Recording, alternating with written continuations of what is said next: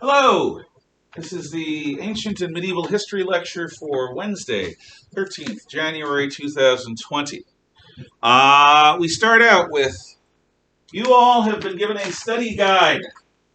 That study guide is comprised of the answer banks of an analogous midterm or first semester final exam.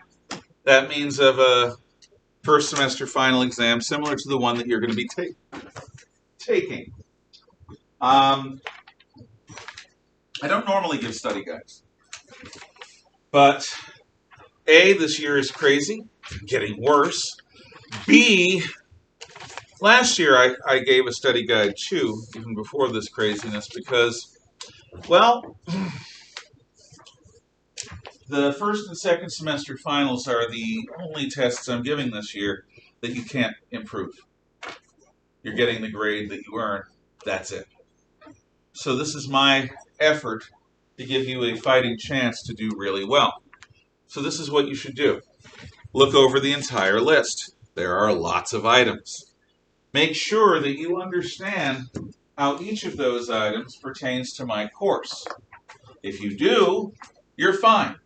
If there are items that befuddle you, that confusticate you, that make you go, huh?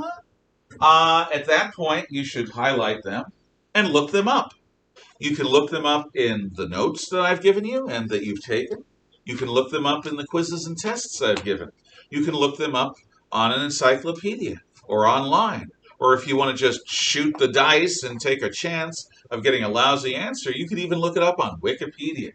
But you can look it up. You can also come talk to me, like tomorrow during study lab, if there are things that you don't understand.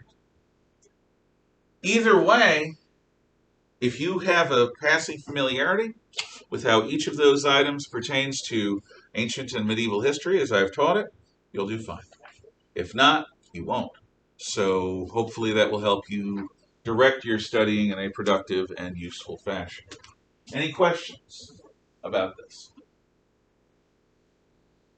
You've seen how I structure tests. The midterm or the first semester final is basically a gigantor version of that. My guess is you should do fine if you've been here and paying attention, which most of you have. So, also, any work needs to come in by 3 p.m. tomorrow. I'm not even going to look at anything that comes in after that. I guess that's it before we begin. Zoe. Could we get our chapter tests back from yesterday?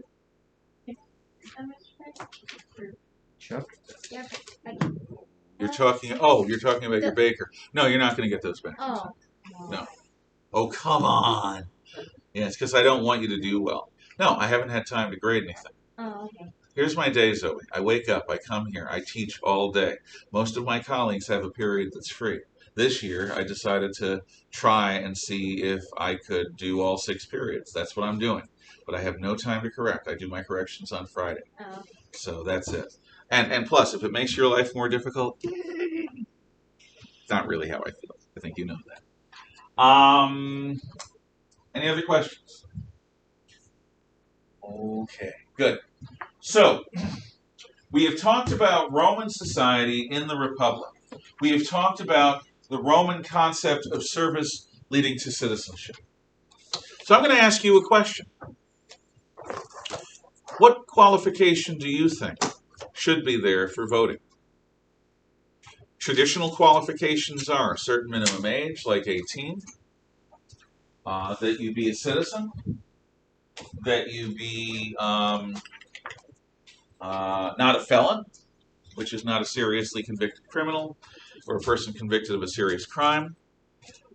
Maybe that you be a man, or a man of property, or a veteran, like the Romans did.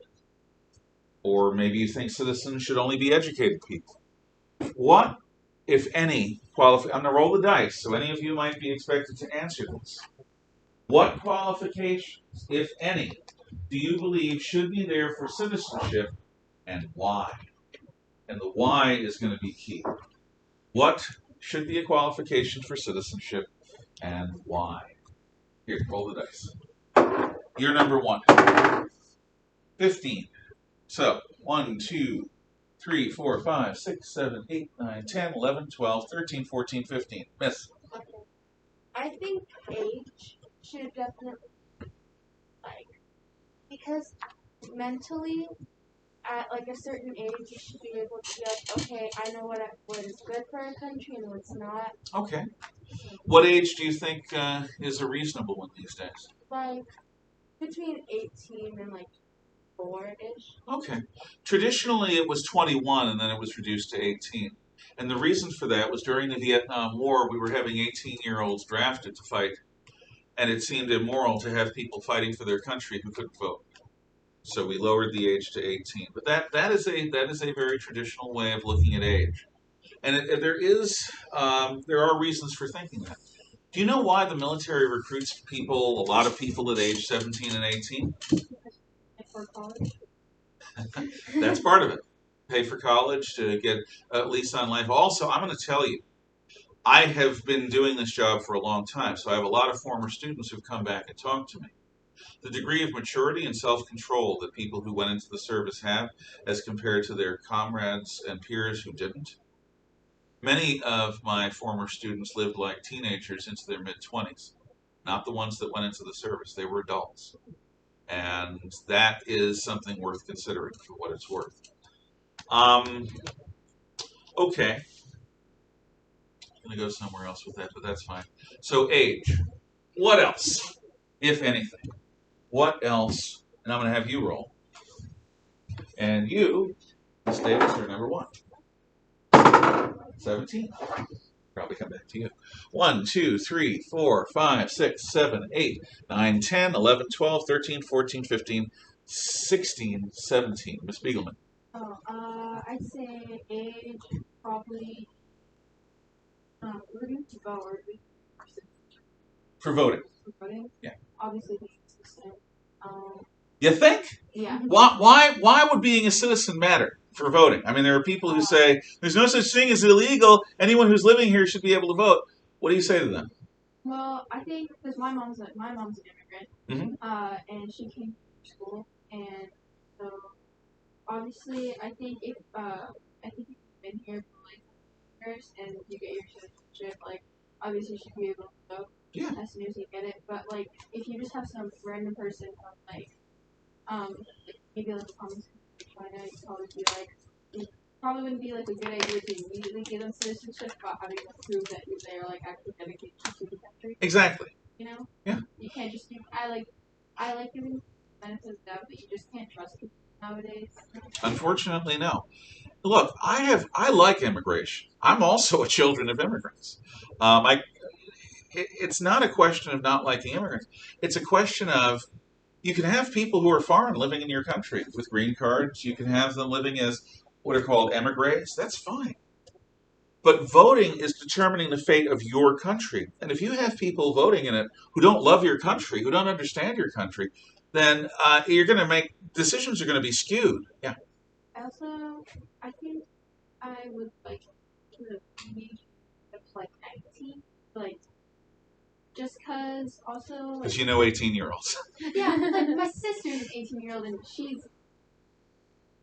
I know my sister. She's not very educated. I wouldn't trust her with voting at 18. And because those are high school students, first of all. Mm-hmm. So I'd rather have them maybe like 2019, because I'd rather have them go into college and live out an adult life before like. That makes sense. I will tell you, my own preference is to have one age for driving, drinking, voting, serving in the military. Age is dumb. If you can go into the military at 18, you should be able to drink it. I absolutely agree with you. I absolutely agree with you. Shouldn't you also be able to vote at 18 as well? What is that? Well, Zoe, stop asking. She's questioning too much. Just obey. No, I get your point. For me, having one age fits all would be better. But I get your point, and most people, again, that's why 21 was the voting age for most of our history. And the people who did it did a pretty good job with it. Now I'll take volunteers. Are there any other thoughts besides minimum age and citizenship? Yes. I think a certain level of education would be really important. Because if you've never been educated within your life, you might not understand fully what you're voting for or what your country's standing for at that point. As at least an 8th grade education is all I would ask for if it came down to voting. Okay.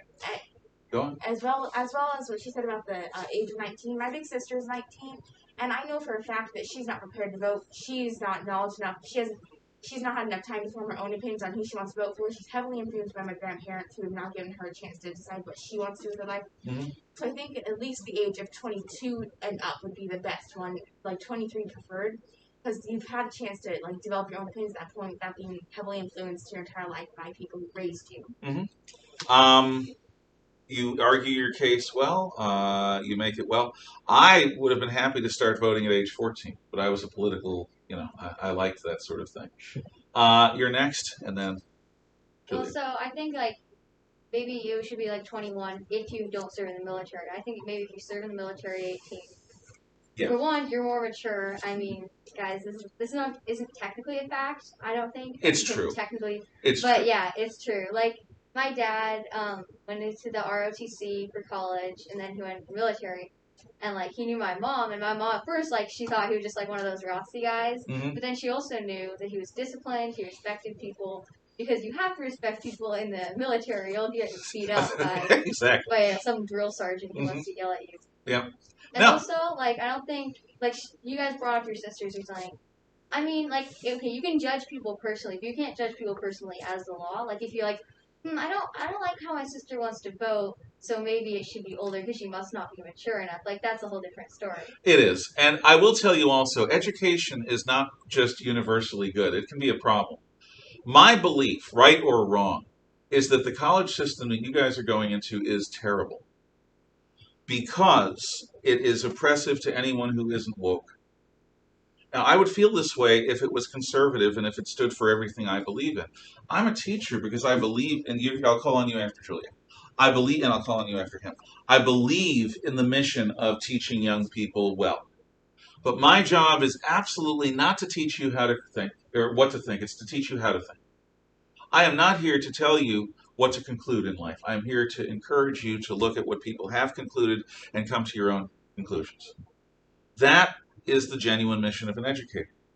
But the fact that I have had former students and relatives go through contemporary colleges and they are punished by students, by faculty, by the system. They are ground at, they are mobbed, they are treated very badly, they are downgraded. They have students surrounding them shouting, "We hope you burn," because they're not of the same political ideology. That's freaking evil. And my poor, I know people, they come out different ways. That stuff was being tried initially when I was a student, and I'm a fighter. So I fought back and I told them to, go to various antipodes of heaven. My niece, on the other hand, figured out how to survive, and she buckled under. She started out having her own beliefs, and she learned that having her own beliefs is too costly.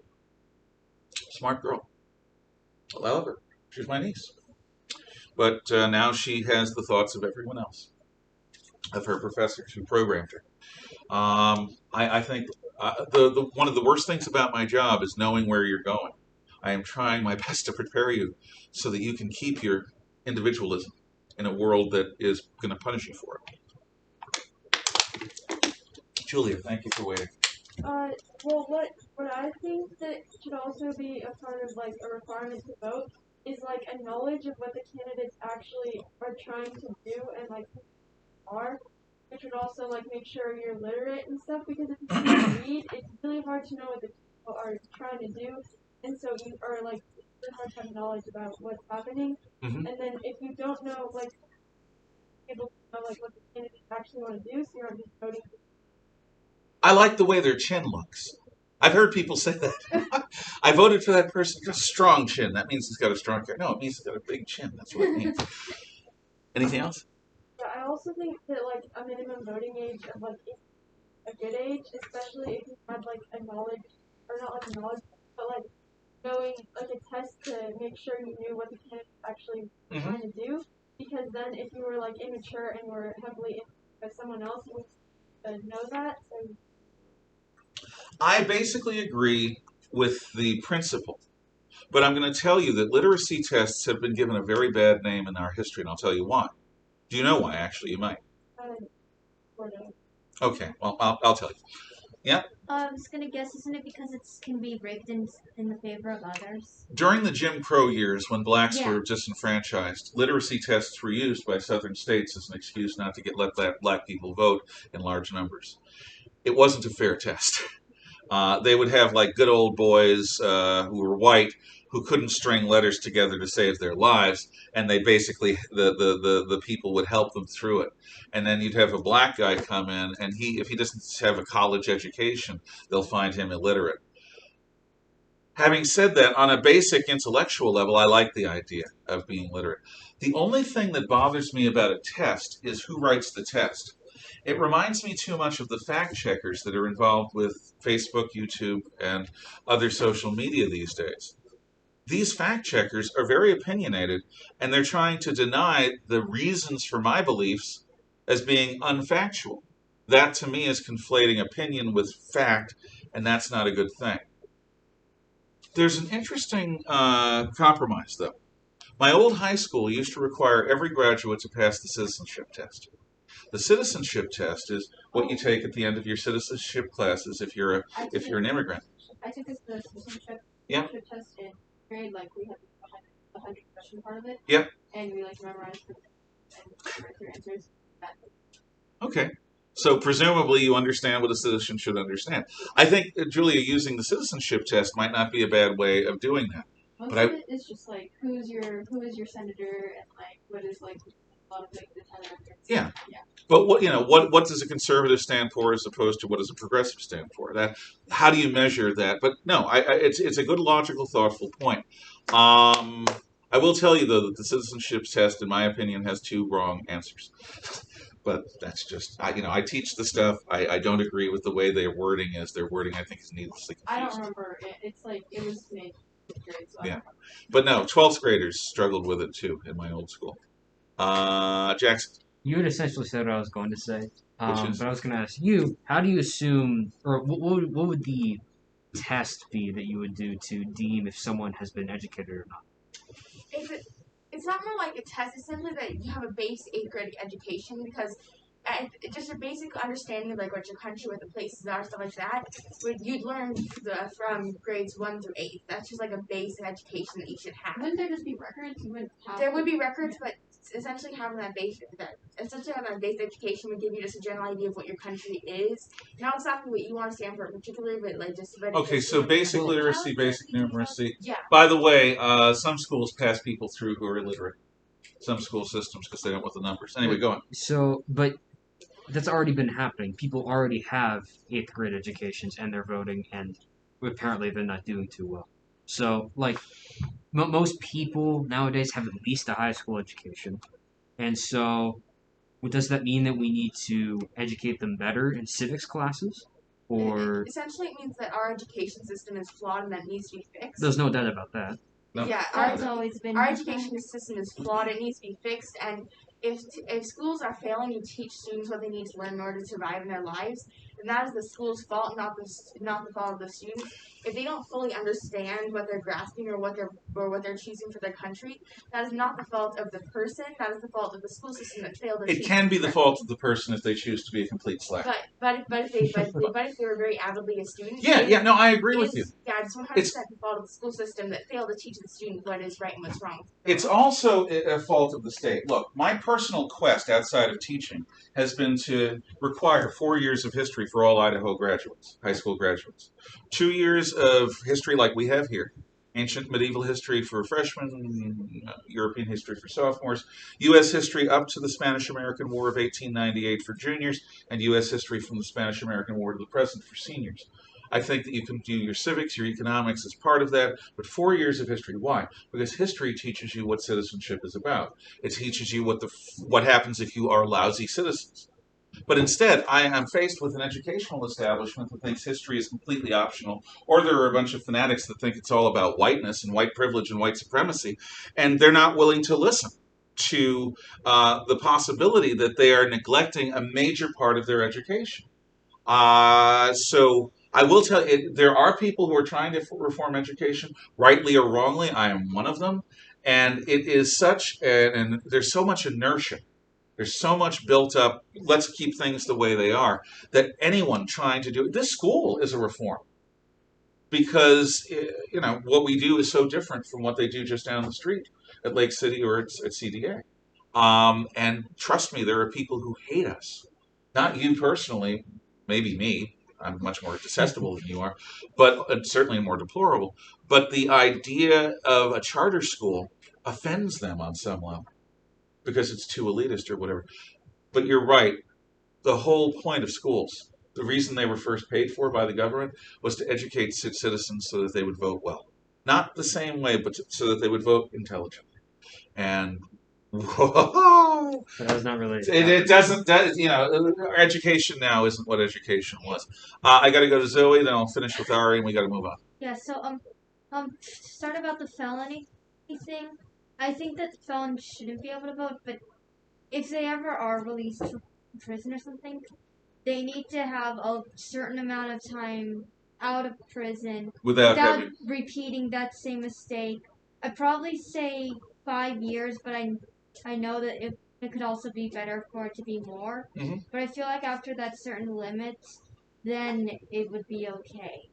Kind of just need to prove that they aren't gonna do that again. Yeah, I may or may not agree with you, but that's a logical point, and you've expressed it well, and it seems reasonable. You're giving somebody a second chance, but they've got to earn that second chance, not just by serving time in prison, but by also refraining from crime quickly. And on the education thing, Yeah.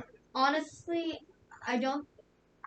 The education does matter, but at the same time, it's just so all over the place with different kinds of education that I'm not exactly sure or how it can be utilized just like spot on. Because I mean, like what was said, our school has way more put into it with the education part that and the public schools. I'm not saying we're above them. I'm saying they're below us. But as long as we're clear on that, they have different challenges. I was a public school teacher for more than a dozen years. It's a different environment, but I'm so glad we have this one. Yeah, and it's hard to determine what educated really truly is. That's impossible to determine because there's no objective definition.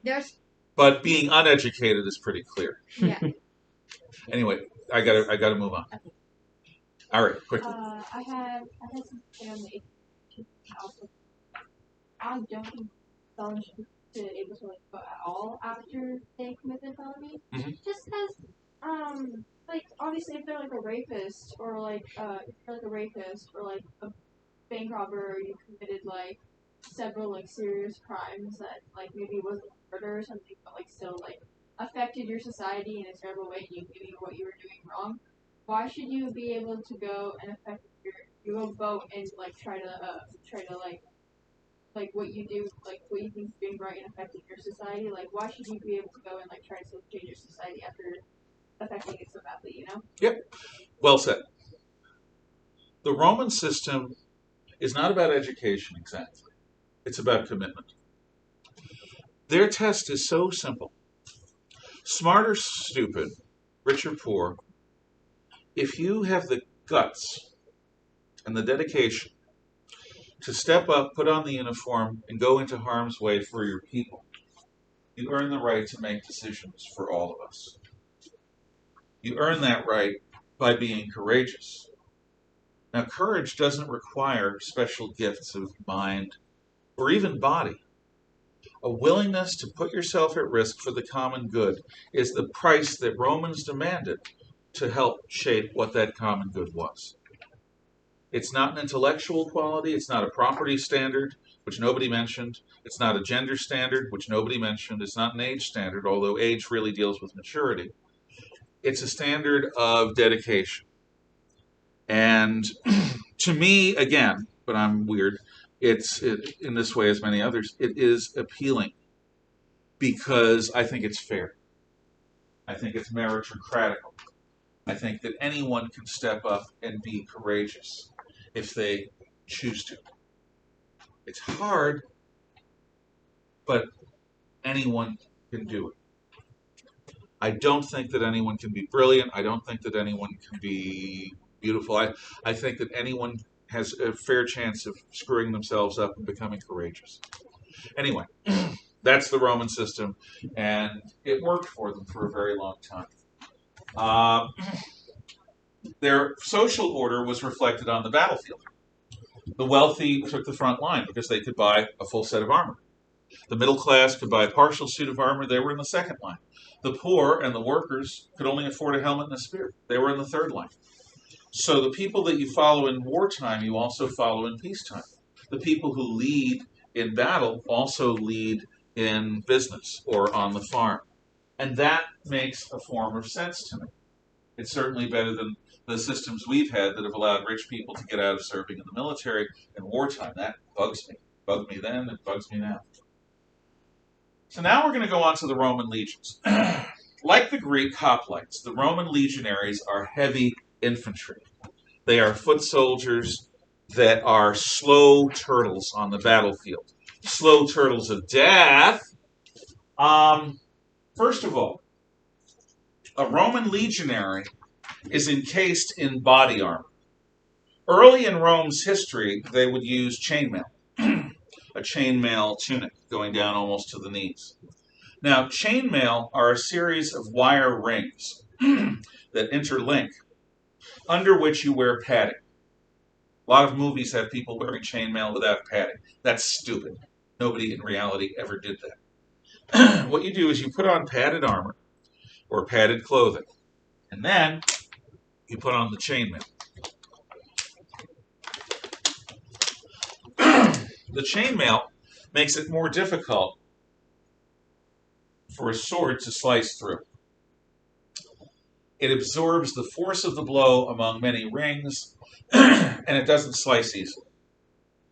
Now, against chainmail, a spear tip or an arrow will still work if properly applied, because you put all the force of your attack into one little spot, one little linkage of chains, and it's probably going to get pierced.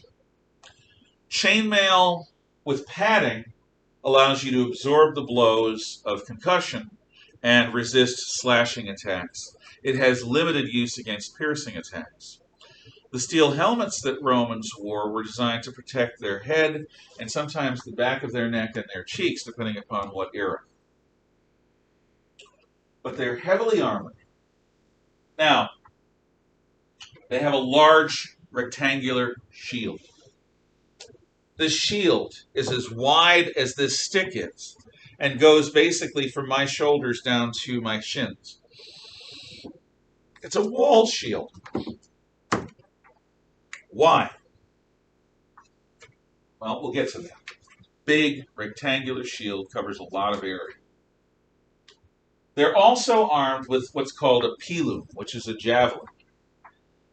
But a Peelum is not a typical throwing javelin like the Greeks used. When the Greeks threw a javelin, they threw a single piece of wood or whatever, and it flew through the air, and it would either hit something and kill it, or wound it, or it would miss. The problem with that is you've just thrown the enemy a weapon.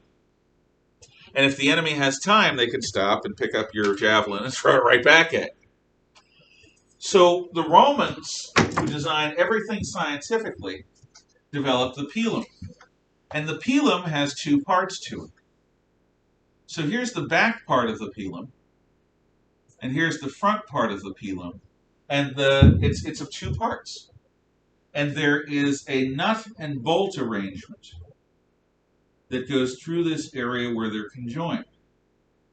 And this area is all shielded and protected by a little shield that goes over it. Why?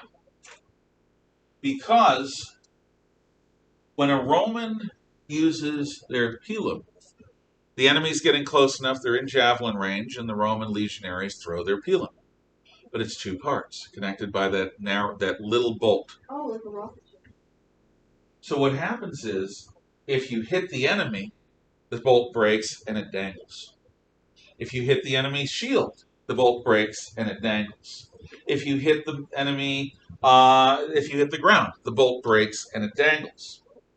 So imagine you've got a Peelum hanging from your shield, and you've got this dangling butt end of a javelin that's going to confuscate all your movements. Or you've got a javelin inside you, you've got to take out, but it's also dangling the latter half of your javelin. In any case, you can't throw it back at the enemy. So the Peelum is a weapon designed to mess with your enemy and not allow them to mess with you. In some ways, the Peelum is similar to our M4 and the M16 weapon systems that the U.S. military has used since Vietnam. Here's why. The M16 uses a 22 caliber rifle bullet. I hate it personally. But one of the reasons that they use such a light bullet is because it's as likely to wound you as it is to kill you. You might ask, why on earth would you want to wound your enemy when with a heavier bullet you can just kill him? Here's the answer. You kill an enemy, that's one enemy less you have to face on the battlefield. If you wound an enemy, he's got to be taken off the battlefield by one or two others. So by wounding the enemy, you take 2 or 3 people off the battlefield. Also, a dead person is quiet. A wounded person is going to be screaming for his mama and crying at the top of his lungs, which is demoralizing. So you play head games with your enemy by wounding them. You take multiple enemies off the battlefield by wounding them. And you'll also demoralize people back home, because if they come home alive but wounded, most young men can handle the thought of dying in battle. They don't like the thought at all of being maimed for life in battle. So we use a wounding weapon. Now, there are good and bad that come with it. The Romans, their Peelum is designed to break away but dangle, and so that the enemy can't throw it back, and so it will mess with the enemy in all sorts of ways. It's clever fighting rather than just fighting through force. The Romans also used the Gladius, which is a short sword. A sword basically from my hand upward. It's like a big knife. It's a short sword, Gladius. So now let's look at a Roman. He's got this massive rectangular shield and this itty-bitty sword.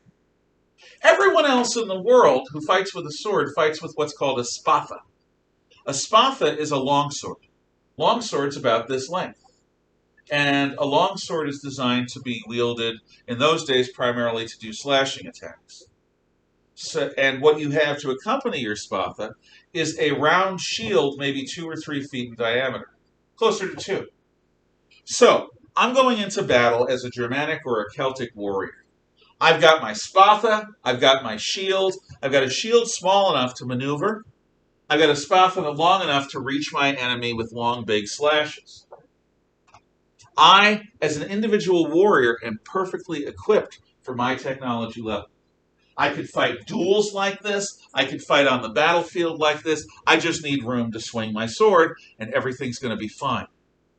Romans have these ridiculous big shields, and they're rectangular, and they have these little bitty swords.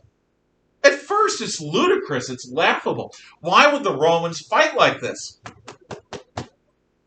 Because Romans don't fight as individuals. The individual Celtic or German warrior is taller than the Roman, beefier than the Roman. They eat more meat and dairy. The Romans eat more grain and vegetables. But Romans fight like a unit. So they march up, locking shields. These shields form a wall. There's no gaps. They're hunched over. They've got the shields. So you got shields, you got helmets. There's very little space. And the swords are back here. You get close enough to the enemy. What do? You knock their weapon aside, uppercut thrust with the gladius, down, and knock them aside. And the next guy, uppercut thrust with the gladius, down, and you go to the next guy. Uppercut. The gladius is designed primarily for one particular killing stroke. The uppercut thrust goes under the sternum, into the heart. Zop in, zop out, and it kills with the point, not the edge. It is a piercing weapon, not a slashing weapon. Roman soldiers are equipped and trained not to fight as individual warriors in duels, not to be all glorious and sword swingy like in a Hollywood movie. They are trained as part of a killing machine. The legions and everything they do and everything they use is designed for one purpose: to make the sum of the legionaries more, to make the power of the legionaries more than the sum of their parts, to give them expanded power to kill, and they do that. Now, if there are arrow attacks, they'll form the testudo or the tortoise. The rear ranks will put their shields vertical. So you basically got a mobile tank, an armored ship created by the Romans with shields on all sides, including above. Yeah.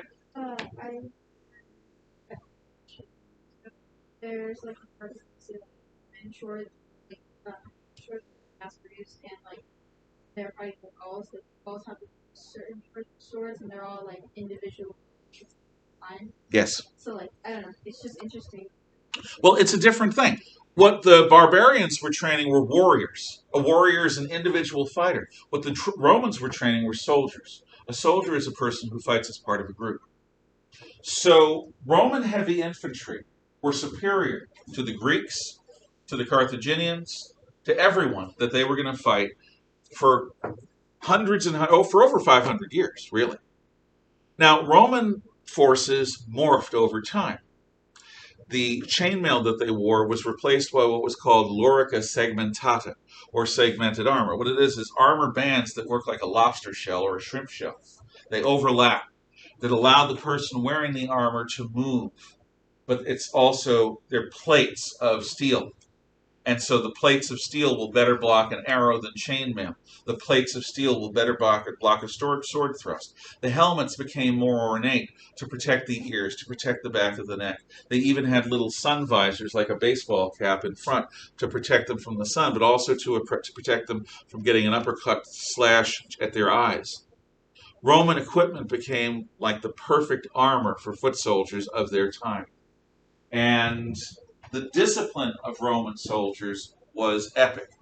If Roman soldiers ever broke and ran, if they ever showed fear in the face of their enemy, they would be suffered what was called decimation. Now, decimation is a word that's misused all over the place in our society. We think, oh, if there was a nuclear attack, we'd be decimated. We'd be lucky if we were decimated. Here's what decimation is. You, as a unit, disgraced yourself by running away from those blue-painted, naked Gallic warriors. I won't have anything to do with you until you decimate. Divide into 10, kill 1 in 10, then come back and talk to me. That's decimation. The general would order it, and the troops, who are already in units of 10, would break off, and these are guys that they know. They live with them, they eat with them, they defecate with them, they sleep with them. These guys know each other very well. They're friends. They're like brothers. And they've got to decide which of them is going to die. And then they've got to kill him. That's hardcore. That's not like you're going to hang somebody as an example. No. The soldiers have to do it themselves. And if the soldiers don't do it themselves, they're all going to die. That's something that everyone understands. If you have a unit, its decimation is the only way back to honor. But the soldiers have to choose, and they have to do it. That's discipline. I'm going to be showing you many film clips of this. I'm talking about it today for speed and for those at home. Roman soldiers are not just fighters. They are military engineers. As military engineers, they are trained to dig, to build. The great roads of Rome, the great bridges, the aqueducts are all built by their army. The Romans, when they move across the countryside, build a fortified camp every night. So let's say they're going to march 20 miles, which is a long march for a foot soldier, but they march 20 miles. At the end of the march, they have a spot that's already been surveyed by scouts. Every soldier has a job to do, because for the next 90 minutes, they're going to be building their camp. There's going to be a trench that's dug around it. There's going to be a stockade wall of wood. And everyone puts their tent in the exact same spot within this wall that they're building. Now, why do the Romans do this? Yes. Efficiency, yes. It allows, because, here's how it's, do you know how it's efficient? Well, if you know where you're gonna go every night, then you don't have to go. Yeah, and the camp is a known quantity. If the enemy ever broke into the camp, you'd know it, he wouldn't. So you'd have the advantage. But there's also this. Most of the time, one of the horrible things for the life of a soldier in battle is you got to sleep on a battlefield. You're out there, you've got to fall asleep. Even if you have somebody on watch, it's still a scary, nervous-making thing. You're going to probably be woken up several times in the night by false alarms. If you're lucky, it's only a false alarm. The Romans, once the wall is built, I mean, it's not a castle. They're not going to fight from it and hold off a siege. But what they are safe from is raids. The enemy cannot raid into them. They're going to get a good night's sleep because they're behind a wall. They're going to be able to relax and eat their food. They have sentries out. They've got people on, looking over the wall, but they can relax. And that's efficient because they're going to get a better night's sleep than their opponents. By camping and fortifying every single night, the Roman army preserves its freshness, it preserves its order, it keeps its soldiers ready to fight physically, mentally, emotionally. So the Roman camp is built. Again, they built fortifications and projects. But the fact that Roman soldiers are also engineers are going to allow them to actually engineer the battlefield. And I'll show you a film clip, an extended one, that shows how they do that. But basically, imagine this. You're going to fight a battle. You've got engineers who decide where they're going to build hills, where they're going to build valleys, where they're going to clear land. It's like purpose building, like designing your garden in your backyard. Roads carry troops, aqueducts carry water. Roman legions always carry an eagle on an orb. The eagle on the orb represents Rome over the world. And just below the eagle and the orb is SPQR. Stands for Senatus Populusque Roma. The Senate and the people of Rome. Rome's armies always march under the banner SPQR, the Senate and the people of Rome. That's what they serve. Even under the Roman Empire. Even after the Senate was a laughingstock, the Senate and the people of Rome. And the eagles were considered to be demigods. A Roman legion that lost its eagles was disgraced. And there were times in the early Roman Empire when the legionary eagle was lost, and this was a shame on the souls of every member of that legion. And Roman emperors would do deals with barbarians and foreign kings to get the eagles back, because the eagles were worshipped as the living embodiment of the spirit of that fighting legion. And to lose the eagles was a disgrace. A lot like on a battlefield, if somebody's carrying an American flag, if that flag touches the ground or goes into the mud, that's a bad thing. Soldiers have died to keep that flag off the ground in battle. Now, conquest of Italy. I'm going to make this sort of quick. The Romans conquer the Latins first, or join with the Latins. Then they conquer the Etruscans. So they go south to Latium, north to Etruria, or to the Tuscan area. Then they go south again and conquer the Greeks of Magna Graecia. Then they go north to conquer the Cisalpine Gauls. However, some of the Greeks bring in a foreign bruiser named Pyrrhus of Epirus. King Pyrrhus of Epirus is a mercenary general who comes to Rome and kicks butt. The problem with Pyrrhus's fight is that his victory comes at such a cost that it would have been better if his people had just surrendered in the first place. Pyrrhus is brought in from Greece to help some of the Greek states fight against Rome in Magna Graecia. So Pyrrhus comes in, and he fights, and he wins battle after battle after battle. But the Greeks lose so many guys that at the end of the war, Rome is defeated. Sure, the Greeks are independent for the time being, yeah. But Rome recovers its population quickly. The Greeks lose so many men that they never again have a fighting force capable of fighting Rome. To this day, the term Pyrrhic Victory is used in English. Educated people should know the term. A Pyrrhic victory is a victory that costs so much it's not worth it. It would be like in the Cold War if we're fighting the Russians with nuclear weapons. Well, we can nuke Russia. Yeah, we won. The trouble is they've nuked us also. We have a victory, but it's a Pyrrhic victory. It's a victory not worth having. Or say you've got a family with a bunch of sons. And you're fighting so that those sons will have a free and better future. But they all die fighting for their free and better future. It's a Pyrrhic victory. You have victory, but the thing you hope for won't happen because the cost of victory is too high. So, Pyrrhic victory. The social war is the last war inside Italy, and it's involving the Soci, or the allies of Rome. But what Rome does to finally put paid to all of this is it does what the Persians did, not what the Greeks did. It says to the people of Italy and beyond, if you are part of the Roman Empire and you are loyal to the Roman Empire and you do service to the Roman Empire, you or your children or your grandchildren can become Roman citizens. You'll be as Roman as anyone born on the Palatine. You'll be able to vote if you serve in the military. You'll be protected by the law as only Roman citizens are. They won't be able to torture you. You won't have to pay taxes by labor. You're going to be protected from being executed except by being beheaded, which is the nobleman's way of being executed. Roman citizenship is the best thing you can have in the Roman Republic, and frankly in the early Roman Empire. And anyone can get it. Black-skinned Africans, blonde-haired, blue-eyed Germans, red-haired, green-eyed, freckle-faced Celts, Italians, Greeks, Spaniards, Syrians, Middle Easterners, Jews, all became Roman citizens. Because Rome was smart enough to figure out that if you don't give the people you conquer a stake in your government, they're going to hate you forever. But if you give them a chance to join you, they will be you. And ultimately, that's what Rome succeeds at. It succeeds at making the greater Mediterranean world Rome. That's where we are. Tomorrow, your quiz, and next week, your exam. Good luck. The study guide is online on the Google Classroom. Bye-bye.